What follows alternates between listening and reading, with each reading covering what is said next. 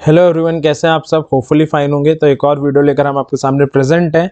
इस वीडियो में क्या डिस्कस करने वाले हैं, इस वीडियो में कुछ अच्छे सेटअप्स बने हुए हैं स्टॉक्स में, जिसको हम डिस्कस करने वाले हैं। कुछ नए सेटअप हैं, कुछ पुराने हैं जो पिछले हफ्ते हमने रिकमेंड किए थे। हम ये डिस्कस करने वाले हैं कि उनका करंट स्टेटस क्या है, क्या करना चाहिए, उसमें बाय करना चाहिए, होल्ड करना चाहिए या एग्जिट करना चाहिए। तो ये सारी बातें हम इस वीडियो में डिटेल और सिंप्लीफाइड वे में डिस्कस करेंगे। तो आइए इस वीडियो को स्टार्ट करते हैं। और सबसे ज़रूरी चीज़ जो हम इस वीडियो में डिस्कस करेंगे वो है लॉजिक। क्योंकि जब भी हम ट्रेड लेते हैं, अपनी हार्ड एंड मनी मार्केट में लगाते हैं, ऑब्वियस है विदाउट लॉजिक हमें कभी ट्रेड नहीं करना चाहिए। ना तो वो बैटिंग के इक्विवेलेंट ही होगा, और ऑब्वियस है हम में से कोई बैटिंग करने तो नहीं आया। हम एक लॉजिकल ऑनेस्ट ट्रेडिंग करने मार्केट में आए हैं ताकि हम एक डिसेंट रिटर्न निकाल सके। तो आइए स्टार्ट करते हैं, एक एक करके उन सेटअप्स को डिस्कस करते हैं। सबसे पहला सेटअप है टाटा पावर का, जो फ्रेश सेटअप है इस हफ्ते का। क्यों है एक बार देख लेते हैं। तो शेयर का ऑल टाइम हाई है 298 का, जो 4 अप्रैल 2022 को लगा था। वहां से शेयर एक डिसेंट करेक्शन में आया। शेयर का एक बड़ा इंपॉर्टेंट लेवल है 200 का। अगर आप देखोगे तो इसने इस 200 के लेवल को गेन किया था अक्टूबर 2021 में। लगभग 1.5 साल का पीरियड हो चुका है। काफ़ी स्ट्रांगली, काफ़ी अच्छी तरह से रिस्पेक्ट कर रहा है इस लेवल को। अगर हम देखें फ्राइडे को मार्केट में काफ़ी पैनिक सेलिंग थी। उस सेलिंग में भी 200 को इसने सेव किया। एक बुलिश हरामी टाइप ऑफ कैंडल बना के गया। तो डबल बॉटम की एग्रेसिव एंट्री भी बना के गया हुआ है। तो रीज़न काफ़ी डिसेंट रीजंस हैं। बुलिश हरामी है डेली चार्ट में, 200 का इंपॉर्टेंट लेवल है, डबल बॉटम की एग्रेसिव एंट्री है, तभी इसे रिकमेंड किया जा रहा है। बाय कर सकते हैं। 210 225 हमारे टारगेट होंगे। 195 on weekly closing basis stop loss होगा। और बस यहाँ पर हमें अप्रोच थोड़ा अपना डिफाइन करना पड़ेगा। कैसे? 3 तरीके हैं। या तो आप इसे अभी बाय कर सकते हो। आप अगर नोटिस करोगे तो ये डेली चार्ट में 13 ईएमए को बड़ा स्ट्रांगली रेसिस्ट कर रहा था। अब बाउंस बैक करेगा तो 13 ईएमए इसके लिए हर्डल जरूर फेस प्रेजेंट करेगा। तो 13 ईएमए अराउंड आ रहा है डेली चार्ट में 205.65 में। तो लगभग 2% की मूव आ सकती है 13 ईएमए तक। तो 3 अप्रोच है। या तो आप अभी बाय कर लो, 13 ईएमए आए तो कॉशियस हो जाओ, 13 ईएमए गेन करने पे आगे के टारगेट का इंतजार करो। या एकदम कंजर्वेटिव होके 13 ईएमए गेन करने के बाद बाय करो। या हाफ अभी एड ऑन कर लो, हाफ 13 ईएमए गेन होने के बाद एड ऑन कर सकते हैं। अब इट्स अप टू यू, आप कौन सा अप्रोच अपनाना चाहेंगे। तीनों में से कोई आप एक अप्रोच के साथ इस ट्रेड में एंटर कर सकते हैं। ठीक है, तो ये पहला सेटअप था। अगला सेटअप है विप्रो का। लास्ट वीक रिकमेंड किया गया था। क्यों, एक बार देख लेते हैं। शेयर का ऑल टाइम हाई है अराउंड 739 का। वहां से शेयर एक डिसेंट करेक्शन में आया। शेयर का बड़ा इंपॉर्टेंट लेवल है 400 रुपए का। लास्ट ईयर अगर आप देखोगे जून से इसे रिस्पेक्ट दे रहा है।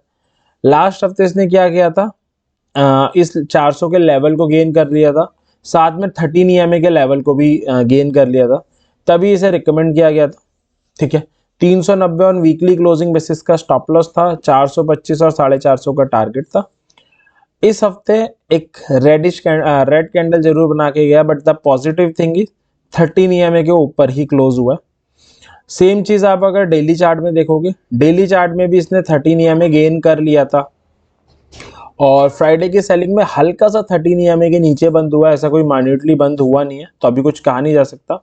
तो स्टिल सेटअप बना हुआ है। सेटअप में कोई खराबी नहीं है। अगर आपने लास्ट हफ्ते एंट्री ली थी, इंतजार कीजिए, नो डाउट। अगर आपने लास्ट हफ्ते नहीं ली थी, इस हफ्ते भी ले सकते हैं, अगर आपको ये 400 के ऊपर खरीदने का मौका दे तो। अगर ये 400 गेन कर लेता है दोबारा से, तो आप इसमें फ्रेश एंट्री भी बना सकते हैं। तो ये हमारा सेकंड सेटअप था विप्रो, जो लास्ट हफ्ते हमने रिकमेंड किया हुआ था। स्टिल सेटअप बना हुआ है, तो आप इसका अभी भी यूटिलाइजेशन कर सकते हैं। अगला है HDFC लाइफ, जो लास्ट हफ्ते रिकमेंड किया गया था। क्यों, उसको देख लेते हैं। शेयर का ऑल टाइम हाई की अगर हम बात करें तो वो काफ़ी ऊपर का है। शेयर का जो ऑल टाइम हाई है वो 775 का है। वहां से शेयर एक डिसेंट करेक्शन में आया और पिछले 7-8 महीने से एक रेंज में फंसा हुआ है। नीचे 500 से 525 के जोन को ये सपोर्ट ले रहा है, 600 से 575 को ये रेसिस्टेंस ले रहा है, उसी के बीच में घूम रहा है।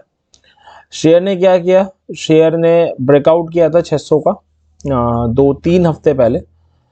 उसके बाद धीरे धीरे करेक्ट होके आया, एक जेन्युइन करेक्शन था। और इसको रिकमेंड किया गया था, दैट्स वाई। और इस हफ्ते अगर आप देखोगे मार्केट जरूर ही वीक था, बट 13 ईएमए पे एक हैमर जैसी कैंडल बना के गया हुआ है।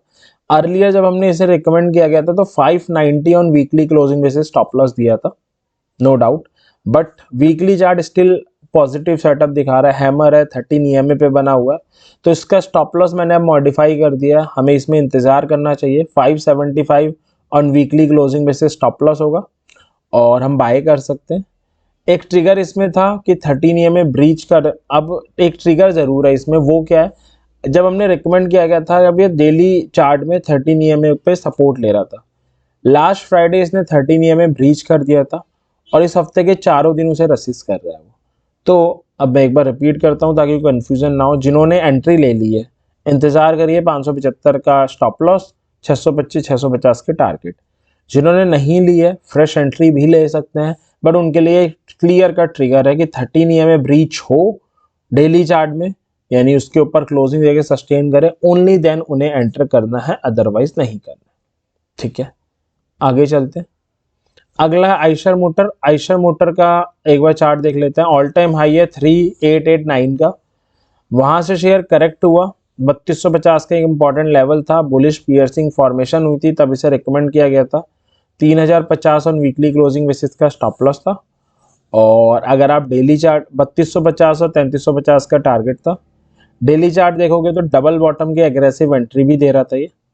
एक ट्रिगर था 13 EMA ब्रीच करने पे हमें लेना था। मंडे इसने 13 EMA के ऊपर क्लोजिंग दे दी थी, एक कैंडल सस्टेन भी कर रहा था, तब हम एंट्री ले सकते थे। फ्राइडे अगर आप देखोगे तो इसका हाई है, आपको शायद ही नजर आ रहा हो, मैं दोबारा दिखाता हूँ, 3265 का। तो जो हमारा पहला टारगेट है फ्राइडे को, तो वो सक्सेसफुली अचीव हो गया, और क्योंकि मार्केट में हैवी सेलिंग थी तो अपना टारगेट अचीव करने के बाद शेयर बाद में गिर गया। तो अगर आपने पहले टारगेट पे प्रॉफिट बुक कर लिया, इट्स वेरी गुड। अगर नहीं किया है, 3350 का वेट कर रहे थे, तो 3250 के ऊपर क्लोजिंग तो आई नहीं है, ये एक वेरी बैड सिनेरियो है, बट स्टिल सेटअप बना हुआ है। तो जिसने प्रॉफिट बुक कर लिया इट्स गुड, नहीं किया है कोई बात नहीं, आप इंतज़ार कर लीजिए, अभी भी सेटअप बना हुआ है। आने वाले हफ्ते में अगर मार्केट बाउंस बैक करेगा तो श्योरली ये share one of the bounce back करने वाले शेयर्स में से एक होगा। ठीक है, अगले सेटअप पे चलते हैं। ये इस हफ्ते का नया सेटअप है IRCTC। क्यों है एक बार देख लेते हैं। तो शेयर का जो ऑल टाइम हाई लगा है 4 डिजिट का है 1279 का, शेयर काफ़ी पिटा हुआ है, अराउंड 50% के करेक्शन में चल रहा है। शेयर का एक इंपॉर्टेंट लेवल है 600 का, और अगर आप डेली चार्ट देखोगे तो डेली चार्ट में अभी जब गिरा था ये दिसंबर में, 23 दिसंबर में, तो यहीं से बाउंस बैक करा था, दोबारा वहाँ पे गिर के आ गया। डबल बॉटम की एग्रेसिव एंट्री बना सकता है अगर यहाँ पर कोई कैंडल फॉर्मेशन हो जाए तो मंडे को। तो इसका जो ट्रिगर है वो यही है कि कैंडल फॉर्मेशन का वेट करना है। अगर मंडे हो जाती है तो डबल बॉटम की एग्रेसिव एंट्री बन जाएगी, हम बाय कर सकते हैं। 625 और 650 हमारा टारगेट होगा। सिर्फ एक हमें कॉशियस रखना है कि जो 13 EMA आ रहा है वो 635 के अराउंड आ रहा है, तो ठीक है, पहला टारगेट से तो ऊपर ही आ रहा है, तो पहला टारगेट आपका अचीव हो जाए, उसके बाद अगर आप 650 का इंतजार कर रहे हैं, 13 EMA को आपको थोड़ी इंपॉर्टेंस, थोड़ी रिस्पेक्ट देनी होगी क्योंकि वो डिजर्व करता है। ठीक है, तो काफ़ी अच्छा सेटअप है, बस एक ट्रिगर की ज़रूरत है, कैंडल फॉर्मेशन बने तो आप एंट्री कर सकते हो। अगला है बायोकॉन। बायोकॉन रिकमेंड किया गया था, क्यों? क्योंकि 250 का एक इंपॉर्टेंट लेवल आ रहा था, उस पर इसने डेली चार्ट में हैमर कैंडल की फॉर्मेशन करी थी। 275 का टारगेट था और आपका स्टॉप लॉस था 240 ऑन वीकली क्लोजिंग बेसिस का। हैमर कैंडल इसने यहाँ पे फॉर्मेशन करी थी 13 जैन को। उसके बाद धीरे धीरे साइडवेज हुआ शेयर और 13 EMA तक आया, ऑब्वियस है, और वहाँ से गिर गया। तो 13 EMA को बड़ा क्लोजली फॉलो कर रहा है। इस ट्रेड का भी अगेन ट्रिगर यही था कि आप 13 EMA के ऊपर क्लोजिंग दे तो आप एंट्री कर सकते हैं, बट हुआ वही कि ट्रिगर हिट हुआ ही नहीं है और शेयर ने फर्दर अपना फॉल कंटिन्यू कर दिया। तो अगर आपने 13 EMA गेन करने का वेट किया था तो अच्छी बात है, अगर आपने नहीं किया था, आपने एग्रेसिवली एंट्री कर ली, तो आपका स्टॉप लॉस जा चुका है, आप इस ट्रेड से एग्जिट कर सकते हो। अगला है मुथूट फाइनेंस। मुथूट फाइनेंस का एक इम्पॉर्टेंट लेवल आ रहा है। उससे पहले एक बार अगर मैं दिखाऊं तो इसका जो ऑल टाइम हाई है 1721.95 का है। शेयर 40%, 35 से 40% के बड़े हैवी करेक्शन में है। शेयर का एक इम्पॉर्टेंट लेवल आ रहा है 1000 रुपये का, उस पर कंसोलिडेट हो रहा है। 975 on weekly closing basis stop loss रख सकते हैं, 1050 और 1075 के टारगेट रख सकते हैं। ट्रिगर क्या है? ट्रिगर यह है कि सपोर्ट पे 1000 रुपये पर अगर कोई कैंडलस्टिक पैटर्न फॉर्म हो तभी हमें इसमें एंट्री करनी है, अदरवाइज नहीं करनी है। इस सेटअप को हमने इसे लास्ट हफ्ते भी रिकमेंड किया था। अगर आप लास्ट हफ्ते की वीडियो देखोगे उसमें 1050 इसका एक सपोर्ट लेवल था, वहाँ पे इसे रिकमेंड किया गया था। वहाँ का ट्रिगर था कि 13 EMA को ब्रीच करे। बट अगर आप डेली चार्ट इसका देखोगे, दिखा देता हूँ, इस हफ्ते की ये 4 कैंडल है, ये मंडे, ट्यूसडे, वेडनेसडे, थर्सडे, तो इसने अपना 13 EMA ब्रीच ही नहीं किया, तो वो सेटअप बना ही नहीं। ये इसमें फ्रेश सेटअप बन रहा है, दैट्स वाई मैंने इसे रिकमेंड कर दिया। तो इसका अब की बार का ट्रिगर की कैंडल फॉर्मेशन हो तब आप इसमें एंट्री कर सकते हैं।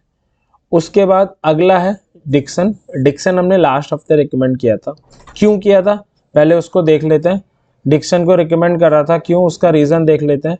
तो शेयर का जो हाई लगा है 6243 का लगा है, उसके बाद शेयर एक डीप करेक्शन में आया और 6243 से गिर के आपका 3500 के आसपास घूम रहा था।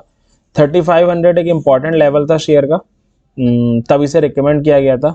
डेली चार्ट में हैमर कैंडल की फॉर्मेशन भी कर रहा था शेयर, बट 13 EMA को रेसिस्ट कर रहा था। अगर हम देखें 13 EMA के आसपास शेयर घूम रहा था, जो उसका एक रेसिस्टेंस था। और हमारे टेक्निकल एनालिसिस को सिर्फ एक ही चीज़ गलत कर सकती है, वो है न्यूज़। 25 जनवरी को शेयर के रिजल्ट आए जो मार्केट के एक्सपेक्टेशन से बहुत बेकार थे। शेयर 20% के आसपास फ्राइडे को गिरा है। तो अभी रिजल्ट सीजन चल रहा है मार्केट में। अगर हम किसी भी शेयर में कोई भी ट्रेड लेते हैं, हमें एक चीज़ इंश्योर करनी है, हमें एक चीज़ ये वॉच करनी है कि उसका रिजल्ट ना रहा हो आसपास, क्योंकि वो बहुत बड़ा ट्रिगर हो सकता है हमारी ट्रेड को गलत करने में। इस बार भी ऐसा ही हुआ है। 13 EMA के आसपास चल रहा था शेयर, ऑब्वियस अपने रेसिस्टेंस पे था, बट जो रिजल्ट आया वो काफ़ी बेकार आया और शेयर में एक डीप कट आया है। तो ऑब्वियस है हमें हमेशा अपने नॉलेज को अप टू डेट रखना है, मार्केट में अवेयर रहना है, ताकि ऐसे कोई भी इवेंट आ रहे हों उस रिस्पेक्टिव स्टॉक में तो हमें पहले से पता चल सके और उसके अकॉर्डिंग हम रिएक्ट कर सकें। ठीक है। Last not the least Jubilant food है। जुबिलियंट फूड को हमने रिकमेंड किया था क्यों, क्योंकि 200 वीकली मूविंग एवरेज आ रहा था 488.5 पे। हैमर कैंडल की इसने फॉर्मेशन करी थी, तब हमने इसे रिकमेंड किया था। डेली चार्ट में ट्रिगर था 13 EMA ब्रीच करने के बाद हमें इसे बाय करना है। 13 EMA इसने ब्रीच भी कर दिया, बट जो सेलिंग आई थी फ्राइडे और थर्सडे जो लास्ट 2 दिन में, उसमें इसने नीचे तोड़ दिया है। क्लोजिंग स्टॉप लॉस के बहुत हल्का सा नीचे आई है, तो मेरे हिसाब से इसमें वेट किया जा सकता है स्टिल। अगर आपने एंट्री लिया इसमें वेट करिए, मार्केट रिकवर होगा तो अगले हफ्ते रिकवर हो जाएगा। बस इसमें एक रिस्क है, इसके भी रिजल्ट आने वाले हैं, तो उसको आपको ध्यान में रखना है। क्वार्टरली रिजल्ट इसके आने वाले हैं, तो क्वार्टरली रिजल्ट का जो ये रिस्क फैक्टर है इसको आपको ध्यान में रखना है। स्टिल आप इसमें बैठ सकते हो। 485 आपका weekly closing basis stop loss होगा। 525 और 550 आपके क्या होंगे, टारगेट्स होंगे, जिनका इंतजार आप आने वाले हफ्तों में कर सकते हो। तो ये थे कुछ सेटअप्स। मैं उम्मीद करता हूँ ये सेटअप्स आपके आने वाले हफ्ते में प्रॉफिटेबल ट्रेड करने में हेल्प करेंगे, साथ में आपको लॉजिकल ट्रेडिंग करने की तरफ मोटिवेट भी करेंगे। तो इसी विश के साथ ये आने वाला वीक आपके लिए प्रॉफिटेबल है। इस वीडियो को एंड करते हैं। वीडियो पसंद आई हो तो लाइक ज़रूर करें, चैनल को सब्सक्राइब भी कर दें, ताकि हम ऐसी और वीडियो लेकर आएँ तो आपको पता चलता रहे, आप उसका फ़ायदा उठा सको, कुछ नई चीज़ें सीख सको और प्रॉफिटेबल ट्रेडिंग कर सको। तो इसी विश के साथ इस वीडियो को एंड करते हैं। Happy trading. Thank you very much.